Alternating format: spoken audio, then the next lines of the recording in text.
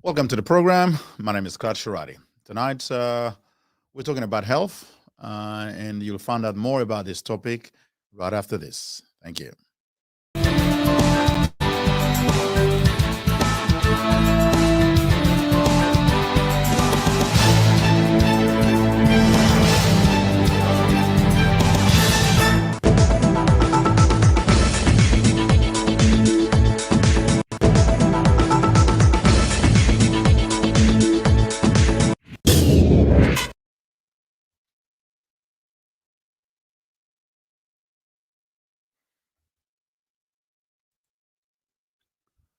Thank you. I was meant to receive Dr. Bahar Yusuf, who is a practitioner, a GP, a general practitioner here in Melbourne, to discuss COVID safe behaviors and vaccination. Unfortunately, the doctor has had some family emergency issues. I'm just looking at the message that he sent to me. He is not able to make it, which makes it a little difficult for us because it just happened not so long ago, and we couldn't find a replacement. Nonetheless, the topic tonight was meant to be about COVID vaccination. I'm trying to actually get another doctor to replace Dr. Bahar Yusuf. Unfortunately, he is not. I'm not yet successful. Nevertheless, what I'm going to be asking you, if you're watching this, we want to be able to have a sort of a conversation. We want to make it an interaction, given that our guest tonight is unable to make it, to discuss what the community thinks about vaccine hesitancy. We know that the majority of the community, the Australian community largely now, is vaccinated, but there are reports that the vaccine hesitancy within migrant communities is much higher than other communities. So perhaps you may have some insight why that is happening in the community. And if you're watching, I will invite you to be able to call us, and so that you can share your view on this. The number should be on the screen. It's 0437724469. You can call the number, and you don't have to be on video. You can just speak over the phone to share your thoughts on some of the reasons why people in migrant communities in general and African communities in particular are still quite hesitant in vaccinating. I mean, it's not everybody, but obviously, as I said earlier, the rate of those who have not vaccinated within the community is still quite high compared to the mainstream groups. So I'm inviting you, as you're watching, wherever you are, please just make a comment. You can text, you can call. As I said, the number is on the screen, and I'll make it still so that it's easy for people to recognize. Our guest tonight couldn't make it.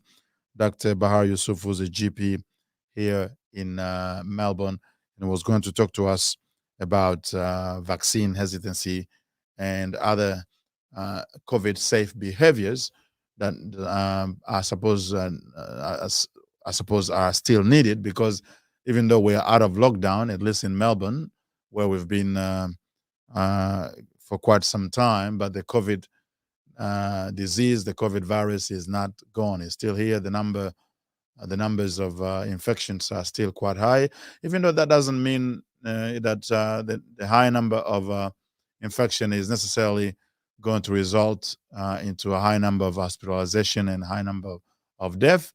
But which is why I thought at some stage that people, when, as for example, the government was communicating about these numbers, it was important to be able to, I suppose, mention this.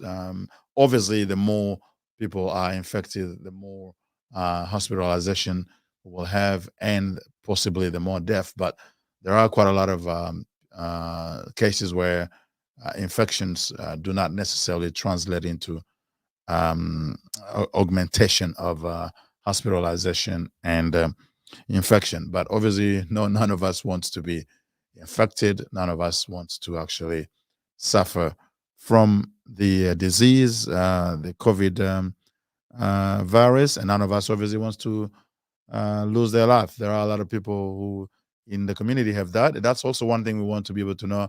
I was having a chat with somebody recently. We were asking whether they knew anybody in the community directly, somebody they have known personally who have died of COVID, and not many people were able to say so, which is, I guess, a good thing if people didn't know anybody. But it doesn't mean there were no Africans in Australia who died of COVID. But it just means perhaps the number is not significant enough to affect the community quite broadly.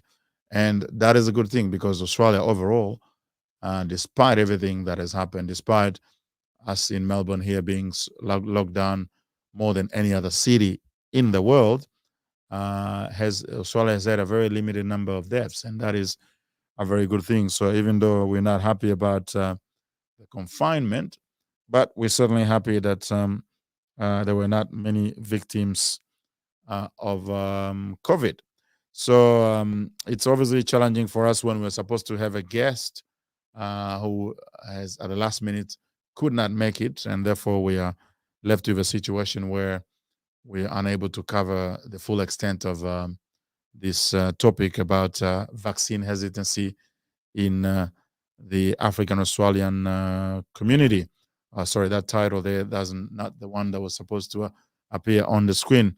If you're watching and you want to make a comment on why some people are being still hesitant to vaccinate within African Australian community, I will encourage you to do that. You can make a comment. You can also, I suppose, call, or you can even send a message through our inbox on the internet. So I think there are a number of reasons that explain why many Africans have not vaccinated. Some of them relates just to some historical reasons. Many of our communities have been sort of victims of some vaccination programs. We know there are history of that in the U.S., where people were, made victims. Some of the programs were more of a test on the vaccine on people, and that has obviously left many people in the community hesitant. That also there are cases in Africa where it's been a little unclear whether those vaccines that were given were not bringing other issues. So that has played in the minds of people. But there are also reasons that right now we know the vaccine itself remains on trial. It's still being tested, even though it's widely reported by scientific communities that it is quite safe to vaccinate. But we want to be able to have a conversation in the community regarding why some people are still hesitant to vaccinate. It's important to protect um, both yourself, your family, and the community if you can vaccinate. But at the same time, we understand that people may have some hesitation based on any number of reasons, including faith. By the way, I am quite active in my church, and I know that there are a lot of people in uh, my church who are not prepared to vaccinate for spiritual reasons, and that I suppose affects quite a number of people uh, who may be having some reasons why they would not want to vaccinate, and that may be based on their spirituality of some sort. But I guess it's not in every religion, but there are Christians, Muslims, and other religions as well where vaccination is received with a bit of hesitancy. So we need to all talk about that. We just need to have a discussion that will inform people about the safety of the vaccine and obviously the benefit that brings. to the community. You know, we believe that it's important to give people right information. Here at Africa Media Australia, we are not pro-vaccine or we are not against vaccine. We want to be able to provide information so that people can make their own mind about vaccination. And this is why we're trying to invite doctors. We're trying to invite people with relevant skills so that they can educate the community in relation to the benefits and the risks of vaccine, because vaccines have their benefit, they also have their risks. And even when you go to vaccinate, if you will have a person who will tell you about potential risk of vaccination. And it's important that people are given that information, because there is so much information and misinformation that is circulating in the community in relation to this vaccine. And the only way to really know what's really right is to speak to people who have the relevant skills and qualifications to talk to us about these issues that are very important, so that we don't continue to lose people in our communities, in our families. COVID is obviously real, it's affecting many people. We're still lucky in Australia that still we have the choice of being vaccinated or not. There are places around the world where that choice is not available. And I understand that some people have argued, and I was reading a piece by Nyado, who's an Australian South Sudanese lawyer, who was arguing about the fact that those who are complaining that the vaccine appetite, or the medical appetite, so to speak, where people who are not vaccinated are being sort of put aside and not given all the rights of full citizenship because of the way the pandemic is being managed. She was arguing that people actually forget that they do have the choice to say yes or no to the vaccine. There are other people around the world who don't have that choice, who are dying and who want to be vaccinated, but who don't have that opportunity to have the vaccine. That's a fair point, but I still believe that it's important, because of the fact that we have that privilege here in Australia to make choices that other people around the world don't have. Therefore, the choice that people make not to vaccinate should also be respected as much as the choice of those who choose to be vaccinated. It's just a matter of education to ensure people have the right information and not just rely on the hearsay or the so-called keyboard experts on social media, who can say a lot of things without really having the background, the scientific or academic background to do so. I've got a lot of friends who are doctors in a variety of specialties, and many of them have indicated to me that they think the vaccine is safe enough um, to justify, I mean, to remove any reason for people not to take it because it's unsafe. But there are also cases where people have died, and I think the whole reporting of the vaccine by government sources and the media has not been as transparent as it should be, because cases where people have suffered negative consequences or have suffered, um, uh, you know, because of the vaccine, some of those cases have not been well reported, and they are being dismissed. When somebody get vaccinated and they have adverse effect which ends with a death, some of those cases have not been properly investigated, because I think partly because they don't want to talk too much about that. That will scare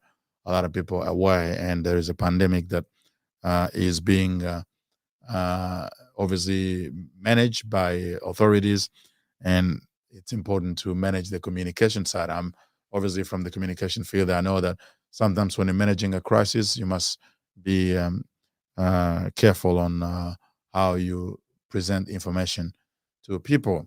So, is there any particular reasons why Africans in Australia specifically are still quite hesitant? They are not the only ones. There are many who are also hesitant in other communities. Again, I'm still inviting those watching. If you want to share your opinion about this, if you're watching, make a comment or give us a call, and we'll be able to let you comment. while we're having this discussion tonight. We will try to get our guest, Dr. Bahar Yusuf, to come back next week to talk to us more about this. He couldn't make it tonight due to a family emergency, but we hope that he will be back next time. In the meantime, I suppose we're not going to take too much time. This is just an invitation to people in the community, for those who obviously are still hesitant to vaccinate, to consider the risks, that because there are risks on both sides, both for being not vaccinated as well as for being vaccinated. But the risk for being vaccinated, based on scientific data, are much less, um, even though it can be said that it's non-existent. It is important to weigh in all of that, and I'm sure there will be another round of vaccination that is coming soon, because the 2 shots apparently are not sufficient. There'll be a third one, a booster. Some countries such as Israel and some other European countries have started offering the third shot, and I'm sure that is actually going to be happening in Australia very soon. So it may look like we may be having boosters every 6 months or so, and until this pandemic is eradicated, which who knows whether that will happen or not. It may never be eradicated. So in the meantime, you know, additional boosters for the vaccination will be required, especially for those of us who may want to travel overseas. That's obviously something that is very important. Without vaccination, it's very difficult to travel overseas. I'm not sure if it's impossible, but I think it is very difficult to travel, because many countries, I suppose, demand that passengers traveling to within their borders have a vaccination passport. In Australia, for example, wants to come to Australia to be vaccinated, and there are people in other countries who are looking the same. So, depending on where you're going, you may have to be vaccinated. But I suppose there are places where potentially you may need to go without being vaccinated. So it's a very tricky issue that most likely is not going anywhere anytime soon, and it will continue to affect people in a variety of ways, not just on health, on the health level. It is also linked to economic and social and other aspects of life. Economically, many people have lost. I've started talking to a gentleman about a week or so ago, who just called me, seeing if I could assist him in any way, because he's lost his job because he did not want to be vaccinated.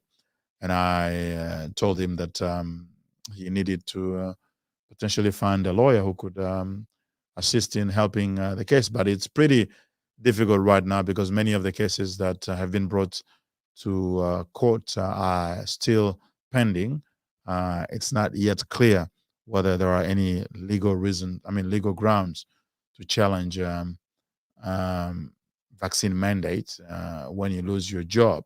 But it's not eliminated yet. It's still early days. I received a few lawyers on this show several weeks ago, and they were saying that although it's not clear which direction this issue will go, but they're waiting to see some challenges for the High Court, how that will pan out, and we will see whether there may be ground for people to question that. There has been a few things that have been encouraging for some people who refused not to vaccinate, and have been sacked. In New South Wales, there was a Fair Work decision that was made, which was actually quite encouraging for those people who don't want to be vaccinated, because it said that it wasn't right to mandate vaccination and then to get people to lose to sack people because of that.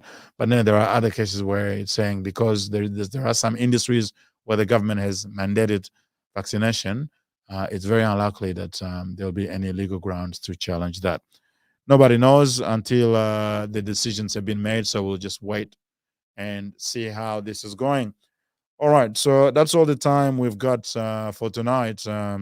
Given that we didn't have the opportunity to speak to our guest, Dr. Bahar Yusuf, who was meant to educate us on COVID safe behaviors and vaccination due to a family emergency. And that's why instead of just not going on air, I thought I would go on air to tell you what has happened. And we apologize that we couldn't have the interview because some people were waiting for that interview. We will try to reschedule it next week sometime or the week after. In the meantime, we still have quite very interesting interviews that are lining up, especially on Thursday. We're talking property investment as a wealth creation avenue. Many of our African communities members, both in Australia and abroad, need to consider building wealth through, excuse me, through real estate investment. And we have a real estate expert from an African background who will be coming on Thursday to talk to us about property investment in Australia. It is a very important topic. I'll just take, I suppose, a call from someone who may want to intervene. Clyde speaking. Bonsoir. Ça va?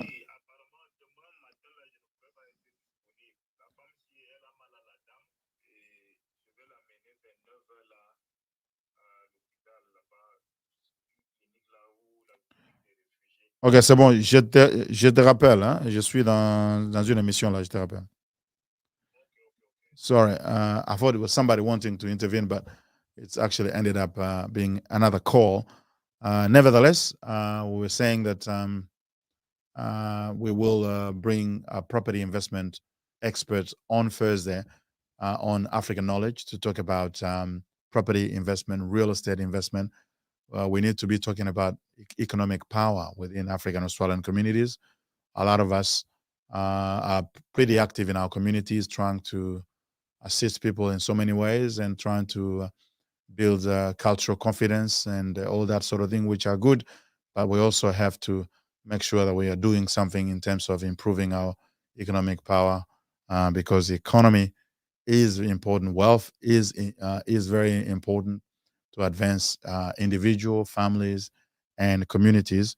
And that's why we're bringing people with expertise in investment to be able to do things in our communities. And that will be happening next Thursday. And the Thursday after, the following Tuesday, will also be getting somebody with expertise in financial planning to come and talk to us about financial planning. Again, another tool for wealth creation and wealth management that is important. So the skill, we need to build skills to not only make money but manage money and develop activities that will improve our economic power in the community. All right, that's all for now. So please share our videos, like us on Facebook, and subscribe to our YouTube channel. Until next time, stay blessed wherever you are. Thank you.